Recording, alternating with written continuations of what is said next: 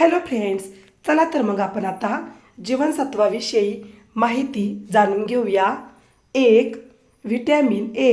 Vitamin A मिळण्याचे मुख्य स्रोत म्हणजे लाल आणि केशरी रंगाची फळे आणि भाज्या होय, जसे पपई, लाल मुळे, टोमॅटो, पालक, कैरी, बीट, सोयाबीन याचे अवश्य सेवन करावे. खरखरीत त्वचा, खराब केस व नखे यांचे कारण आपल्या शरीरातील व्हिटॅमिन ए ची कमतरता. 2. व्हिटॅमिन बी. व्हिटॅमिन बी शरीराला मिळण्यासाठी सर्व पालेभाज्या, गहू, जव, केळी, काजू सेवन करावे. व्हिटॅमिन बीच्या अभावामुळे तोंडावर मुरूम, काळे डाग येणे, केस पांढरे होणे या समस्या उद्भवतात. 3. Vitamin C. व्हिटॅमिन सीला एस्कोर्बिक ॲसिड म्हणतात. व्हिटॅमिन सीच्या अभावामुळे दात दुखतात, दात सुजतात, दातांना मधून घन येणे तसेच दात कमकुवत होणे अशा समस्या सुरू होतात. नारंगी फळे किंवा लिंबूवर्गीय फळे, खरबूज व्हिटॅमिन सीचे चांगले स्रोत आहेत. शरीरातील पेशींना धरून ठेवते. 4. Vitamin D.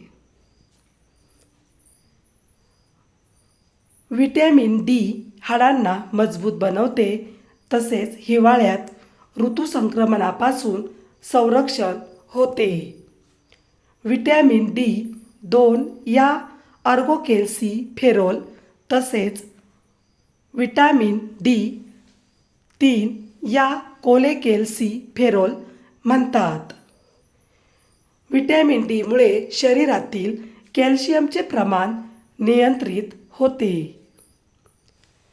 व्हिटॅमिन डी हे आपल्या शरीराला अंड्यामधील पिवळा भाग खाल्ल्याने, व्हिटॅमिन डी युक्त दूध घेतल्याने तसेच माशांचे तेल वापरल्याने आणि कोवळे उन्हात शेकल्याने मिळते. व्हिटॅमिन डी अधिक प्रमाणात घेतल्याने चक्कर येणे, अशक्तपणा येणे, डोके दुखणे, कोलेस्ट्रॉलचे प्रमाण वाढणे आणि रक्तदाब अशा समस्या निर्माण होतात.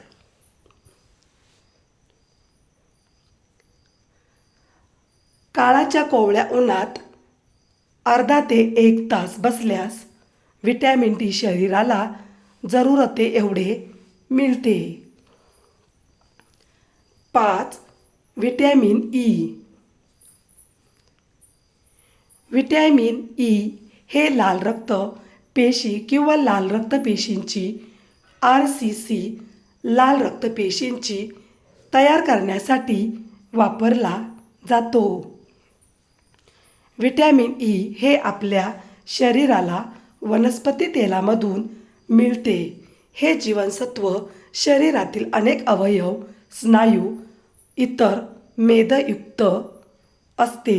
व्हिडिओ पूर्ण बघितल्याबद्दल खूप खूप धन्यवाद.